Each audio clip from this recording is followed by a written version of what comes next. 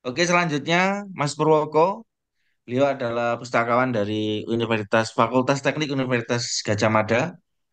Beliau akan menyampaikan Scopus AI. Ya, biasanya kita Scopus biasa, ini Scopus AI. Tentunya ada banyak informasi. Waktu dan tempat kami persilakan, Mas Purwoko, silakan. Terima kasih, Mas Eko. Benar ya, Mas Eko ya? Baik, Bapak Ibu yang saya hormati, ini Siap. nggak menyangka pesertanya luar biasa banyak. Saya akan tampilkan beberapa slide, setelah itu kita bisa praktek ya. Scopus AI, kayaknya menyambung dari apa yang disampaikan oleh Mas Erik tadi. Kayaknya juga disengaja nih Scopus AI ini apa eh, setelah Mas Erik jadi nyambung gitu. Eh, ya, sebelumnya mungkin lihat Scopus itu hanya untuk mencari referensi bisa dibilang referensi yang bagus dan lain sebagainya lepas dari perdebatan terkait database yang ada di dalamnya ya, tapi ada AI di dalamnya sekarang meskipun ini tidak serta-merta dimunculkan, entah kenapa saya pernah menemui ada yang langsung muncul URL Scopus AI-nya, sorry, menu Scopus AI-nya, tapi ada juga yang enggak. Nah, entah kenapa ini masih seperti itu. Nah, Bapak Ibu, sudah saya pendekkan jadi UGM.id garis miring Scopus AI, hanya saja Scopus AI ini berbayar karena dia ngikut ke Scopusnya. Jadi kalau Bapak Ibu tidak berlangganan Scopus itu ya tidak bisa. Jadi syaratnya memang institusi Bapak Ibu berlangganan Scopus, atau bagaimana caranya Bapak Ibu punya akses ke Scopus berbayarnya. Nah, sama seperti yang disampaikan Mas Erik tadi, mungkin kita butuh teman belajar, teman diskusi, dan butuh teman yang bisa ditanya tentang riset. Tidak sekedar nanya referensi ini apa dan seterusnya, tetapi ada hal yang lebih dari itu. Termasuk mungkin pertanyaannya agak agak apa ya, agak personal, tetapi ternyata itu bisa dijawab dengan riset misalnya. Baik, Bapak Ibu, salah satunya mungkin teman-teman juga sudah pernah menggunakan ChatGPT, Scholarly, ada Jenny, Rightful, Connected Paper, Elicit, kemudian dari Rabbit, dan tadi Skyspace yang disampaikan oleh Mas Erik. Nah, ada Scopus AI yang bisa kita coba. Nah, beberapa catatan awal, jadi Scopus AI ini ada di platformnya Scopus. Dan yang kedua, dia ketika menjawab tentu saja dia pakai datanya Scopus gitu. Nah, ini agaknya menarik ya, si Scopus dengan datanya yang besar dan secara umum disebut ini lebih bagus misalnya daripada database di bawahnya gitu, karena konon kabarnya ada database yang di atasnya. Maka database yang dia olah, yang dia miliki itu akhirnya ketika disematkan AI bagus untuk kemudian bisa menjawab berbagai pertanyaan-pertanyaan ilmiah yang disampaikan oleh sekian banyak orang. Nah, Scopus AI ini pakai Copilot, Bapak Ibu. Mungkin teman-teman juga ada yang menggunakan. Kemudian itu yang saya tandai merah. Dia support semantik, dan yang kedua adalah berbagai bahasa itu bisa dicoba. Nanti Bapak Ibu kalau punya akses Scopus AI bisa dicoba. Nah, ini ada beberapa tampilan awal. Jadi contohnya kita bisa tanya dalam bahasa Indonesia dan juga bahasa Inggris, kemudian nanti ini saya coba bahasa Jerman atau bahasa mana yang kemarin. Kemudian, nah ketika ditanyai gitu, salah satu proses dia menjawab adalah dia mendefinisikan dulu keyword yang dia buat gitu loh. Berdasar apa? Berdasar pertanyaan kita. Nah, akhirnya si keyword ini juga bisa nanti jadi input bagi kita ketika kita mau melakukan pencarian lain di tempat lain gitu, atau melakukan pencarian di Scopus yang bukan AI misalnya.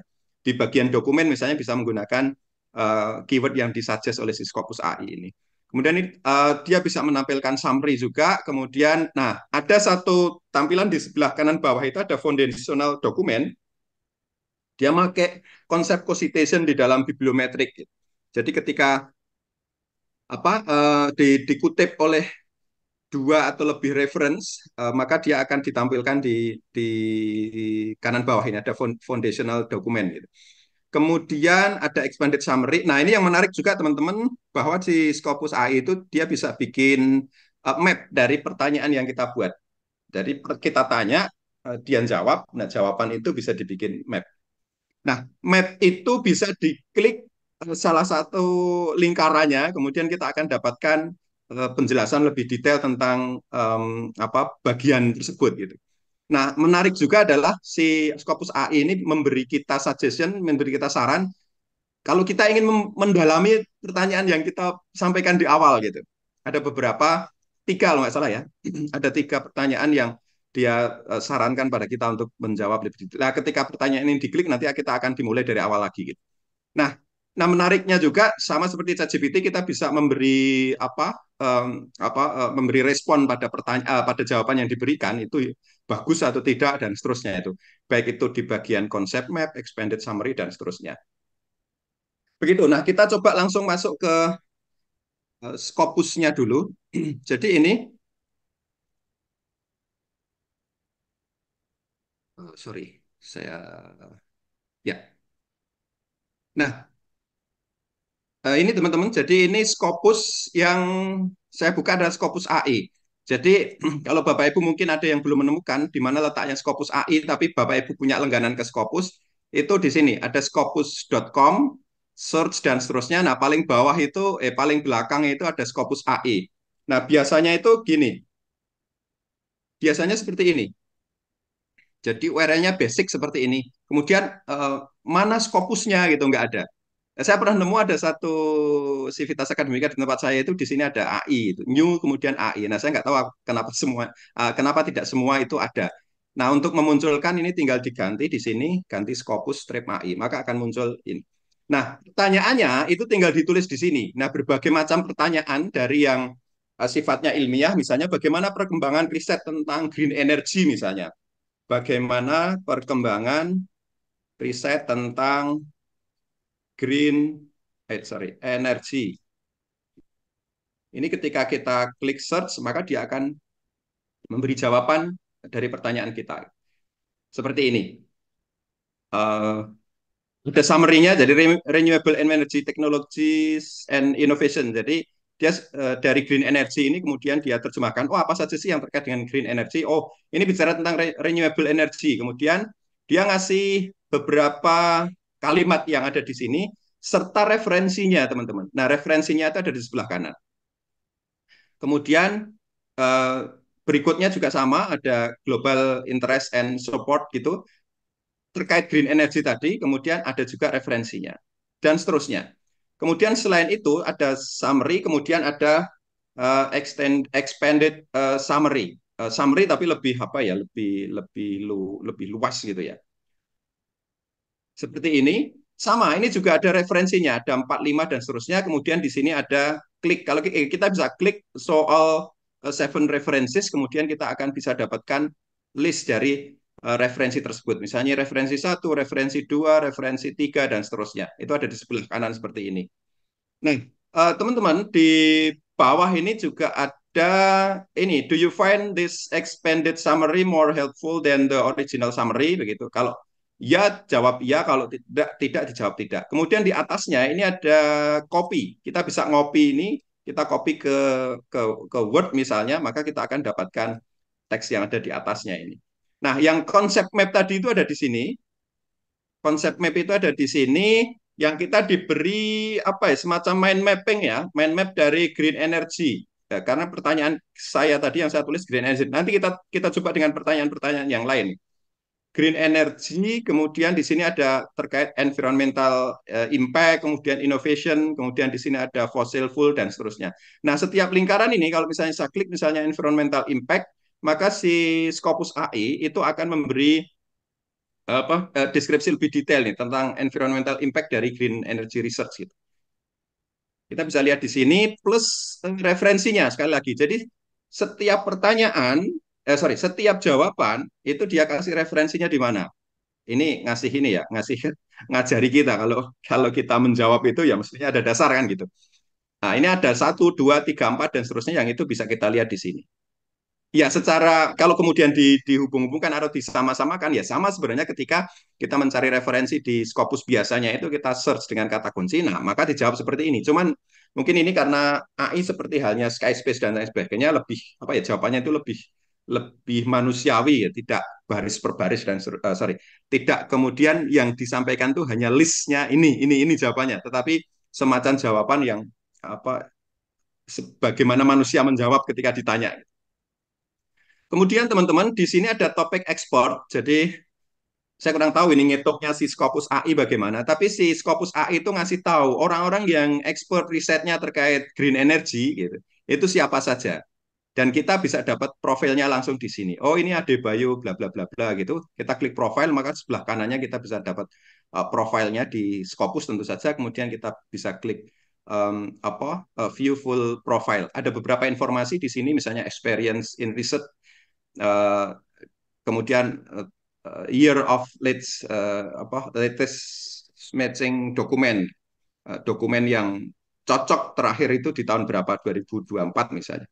Kemudian, nah ini yang saya sampaikan tadi, go deeper. Jadi kita dapat beberapa tiga pertanyaan yang itu bisa kita pakai untuk mendalami pertanyaan pertama tadi.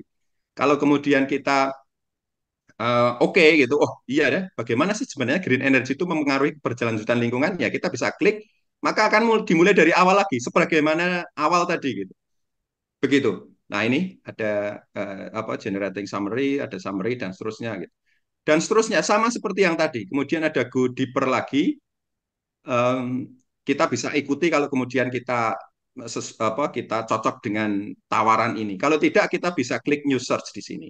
Nah, saya akan coba tampilkan beberapa pertanyaan lain yang mungkin agak aneh nggak ya? Misalnya, kita langsung tanya gini, bagaimana sih, bagaimana cara melakukan analisis bibliometrik? Ini saya tulisnya pakai bahasa Indonesia. Bapak Ibu kalau mau mencoba dengan bahasa Inggris, saya kira juga ini lebih lebih bisa tentu saja. Oh, bahasa Indonesia saja bisa, bahasa Inggris pasti lebih bisa. Kita klik search, maka ya dia bisa jawab. Sorry, dia menyampaikan jawaban sesuai dengan database yang dia miliki. Gitu. Step for conducting bibliometric analysis. The first is understanding the methodology, data collection, data extraction, dan seterusnya. Termasuk di sini ada science mapping, pakai apa, dan seterusnya. Pakai software software apa maksud saya ya. Kemudian ada interpretasi di sini. Begitu. Mungkin kalau ditanya apa sih kekurangan dari analisis bibliometrik, ya dia bisa menjawab juga. Gitu. Kemudian contohnya, nah tadi kalau Mas Erik itu, kenapa sih kentut itu berbau? Saya coba, kenapa kentut itu berbau? Bisa nggak ya dia? Halo Mas Erik, masih di ruang Zoom? Apakah dia bisa menjawab, bisa menerjemahkan kentut itu? Mas Erik, Oh, saya silakan masih Mas Erik. mikir. Oh, masih ada ya? Oke, oke. Creating plan to answer, performing. Oke. Berhenti dia di sini. Saya coba dengan pertanyaan bahasa Inggris.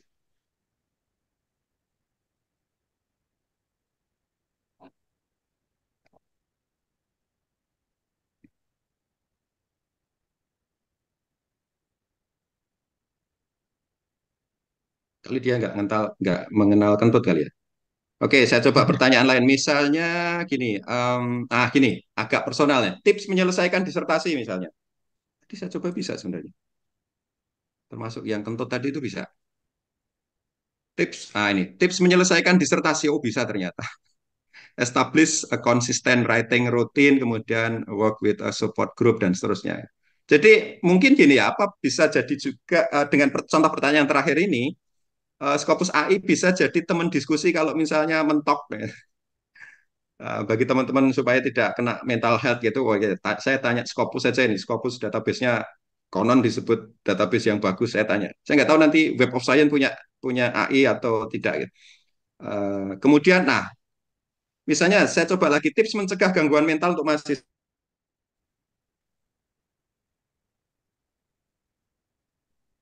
Bisa nggak dia menjawab? Oke, masih berhenti di sini. Mungkin oke. Tadi yang kenapa kentut berbau, agaknya dia mikirnya belum selesai terus saya refresh. Ini bisa juga. Kemudian tadi saya siapkan satu lagi pada. Oke, SLR itu bagaimana sih prosesnya gitu. Jadi tidak bertanya bagaimana riset terakhir tentang atau bagaimana perkembangan tentang, nah, tapi bertanya tentang proses sebuah riset. Dalam hal ini systematic literature review misalnya. Oke, masih berpikir ya. Tapi agaknya oke, sebentar. Retry. Dia nggak ada batasan kok mestinya. Ya, ini bisa. Jadi understanding SLL proses, prosesnya begini, referensinya di mana dan seterusnya. Bagaimana SLL memprediksi ya ketika kita klik kita akan mulai lagi dari awal. Ya saya kira Scopus AI seperti itu teman-teman ya. Jadi yang perlu digarisbawahi adalah ini berbayar gitu. Berbayar jadi tidak free. Teman-teman yang kampusnya mengakses punya akses Scopus bisa dicoba. Agaknya belum semua tahu bahwa Scopus ada AI-nya karena fitur AI itu tidak tidak semua orang yang membuka Scopus berbayar itu muncul tombol AI-nya di halamannya. Saya kira demikian. Monggo Mas Eko ada pertanyaan atau diskusi kalau saya bisa menunjukkan bagaimana jawabannya kita akan coba. Kalau tidak ya kita cari Oke, bareng-bareng. Monggo Mas Eko. oke siap. Mungkin karena waktunya ini masih 17 menit, jadi bisa Bapak Ibu yang ingin voice note, yang ingin voice langsung silakan Bapak dan Ibu resen.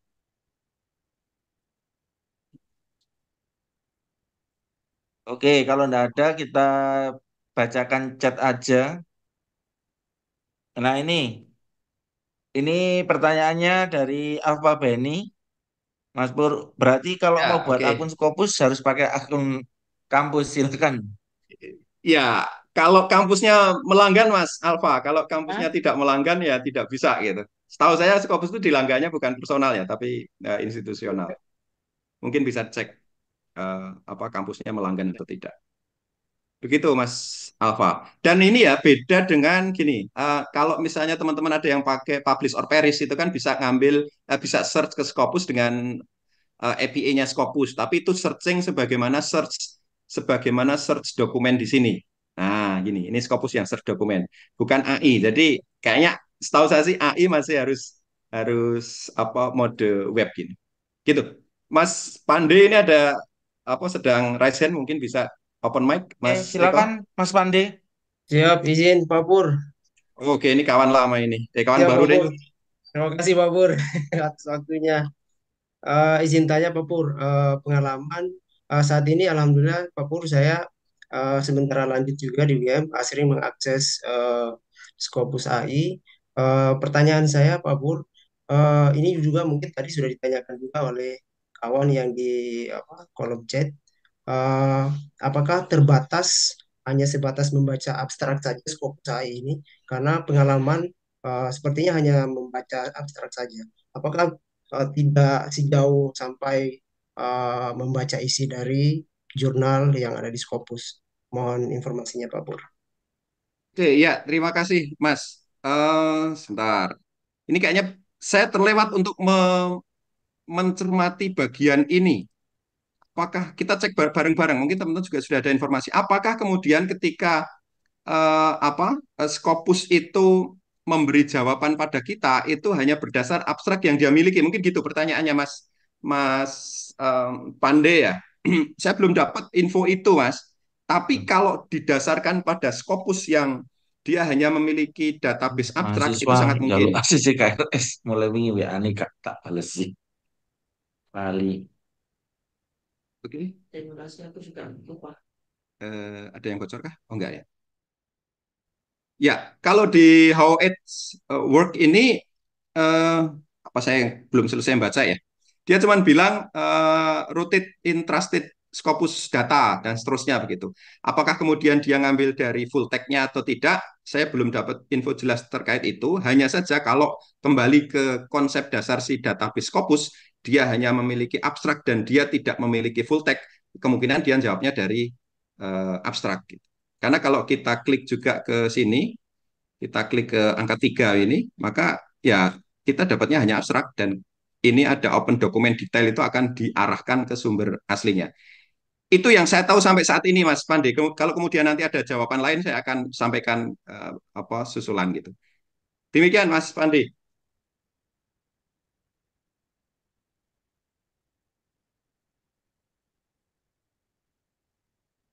Lalu tes.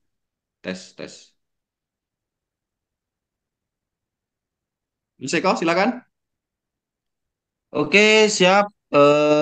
Kalau Ini mungkin ada lagi Bapak dan Ibu yang ingin bertanya langsung.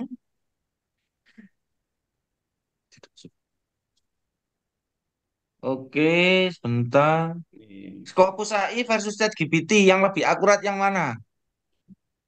Saya cuma Apakah bisa bilang GPT gini. ya? Saya cuma bilang gini, Mas. Jadi Scopus AI dia pakai database-nya Scopus gitu. Di mana database Scopus itu eh, tapi ini yang anu ya, ChatGPT gratis ya. Saya belum pernah pakai GPT yang berbayar. Jadi Oke, Scopus siap. AI ini Scopus kan pakai Scopus AI pakai database-nya Scopus di mana database Scopus itu dalam tanda kutip ya pilihan lah gitu. Tidak serta merta sebuah jurnal itu masuk ke Scopus kan ada prosesnya gitu. Kalau kemudian pakai konsep itu dibanding ChatGPT yang gratis ya, saya nggak tahu yang saya belum pernah nyoba yang berbayar. Maka agaknya lebih lebih trust yang Scopus AI, apalagi Scopus AI ngasih referensi juga. Itu sih jawaban saya Mas dan mungkin agak lebih ke ini ya, agak lebih ke pendapat. Makasih Mas Eko. Oke, siap. Makasih Mas Firmansyah. Ye. Kemudian dari Pak Abi Yazid, apakah jawaban Scopus AI masih terbatas merujuk dari abstrak saja? Ya, itu mirip seperti pertanyaan Mas Pande tadi ya. Ya. Ya, Atau langsung didemukan mungkin Mas Purwoko? ya maksudnya itu gini Mas. Saya nangkep pertanyaan itu gini. Jadi ketika kita memberi pertanyaan ke Scopus AI, dia kan jawab gitu kan. Nah, basis jawaban ini itu datanya itu diambil dari mana gitu. Kalau Scopus sendiri kan dia tidak punya full text, dia hanya punya abstrak ya, metadata termasuk abstrak di dalamnya. Nah, jika di apa didasarkan pada itu ya kemungkinan besar dia dasarnya di abstrak itu karena abstrak abstrak mewakili dokumen aslinya ya sorry mewakili dokumen full text-nya. Oke, oke.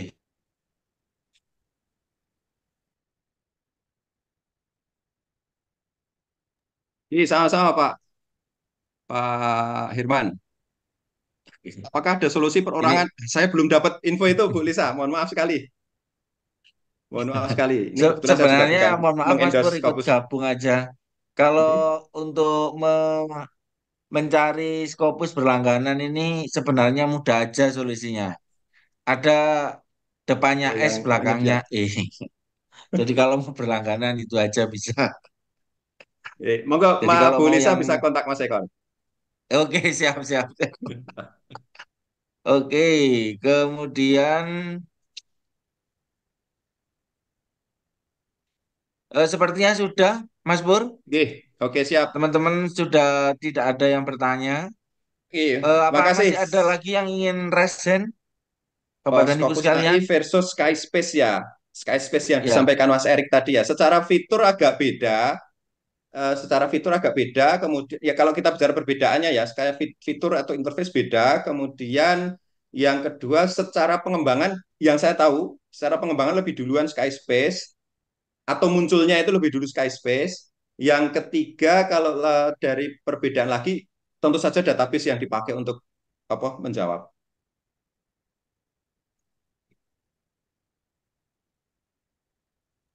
Itu oke Pak Mas Eko. Pur ada dua yang resen lagi. Sebentar Mas. Miss Pande kayaknya tadi ya, tadi belum Ada dari Mustari turunkan. Lombok. Oh, boleh, boleh, Silakan. monggo, monggo. Oke, Mas Erik masih ada kan? Bisa bantu saya ini untuk kita bisa diskusi. Silakan Mas Mustari. Masuk Mas Ya, Eko juga. Mas teri- Bahar juga mungkin teri- muncul nanti.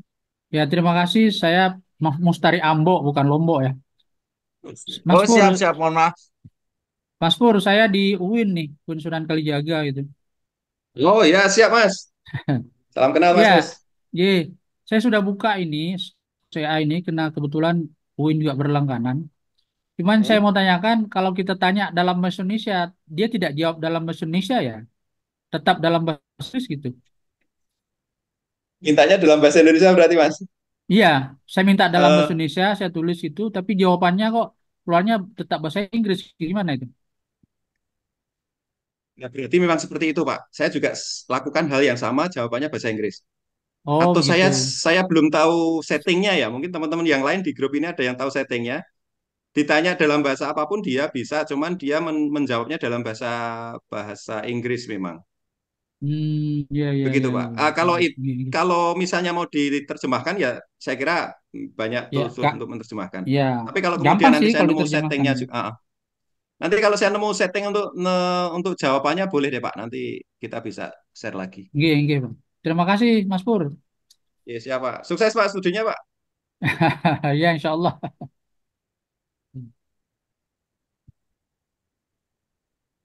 Oke Mas Eko, monggo. Mas Eri mungkin mau menambahkan mungkin Tambahin apa, Mas? Tambahin apa? Main bumbu Mas. ya apapun yang berkaitan dengan Scopus AI dan Sciencebase tadi. Nah, tadi ada pertanyaan Ya, ini bagaimana jawab apa bedanya tadi Scopus AI sama Skybase. Saya tadi oke ngasih bedanya ada tiga Scopus. clue, tapi mungkin Mas Erik bisa nambahin. Oke, prinsipnya tadi sampaikan Mas Purwoko udah ya. Database-nya kan beda Bapak Ibu ya. Jadi setiap tools itu dia punya database yang dipakai. Jadi yang harus kita lihat juga database yang dipakainya gitu ya. Kalau Scopus ya hanya dari Scopus gitu ya. Artinya apa? Paper-paper Indonesia yang nggak masuk di situ.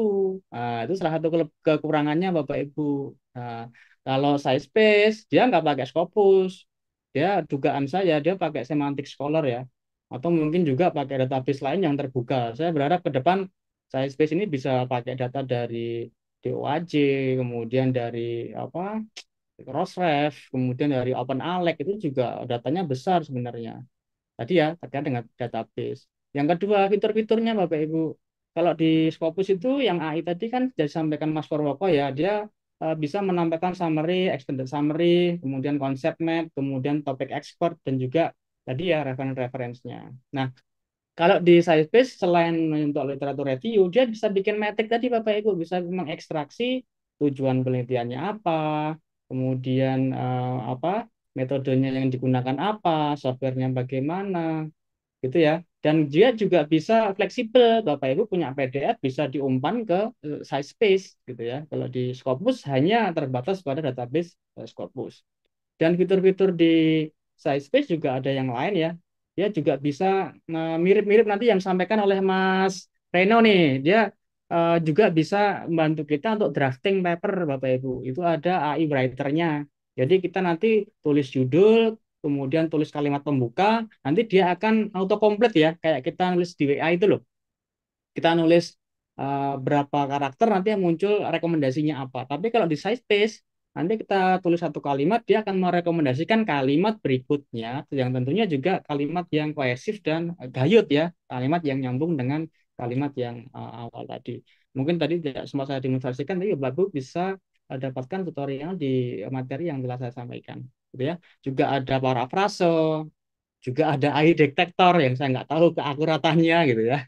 Yang jelas beberapa prinsip tadi yang mungkin sedikit jadi ya membedakan antara tools dari Sciencebase dan juga Scopus AI.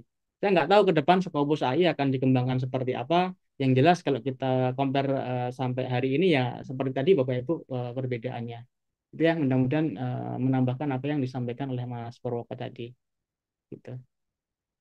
Hatur nuhun, Mas Eko, Mas Pur. Makasih Mas Eri. 5 menit lagi eh closing statement Mas Proko kalau nggak sibuk.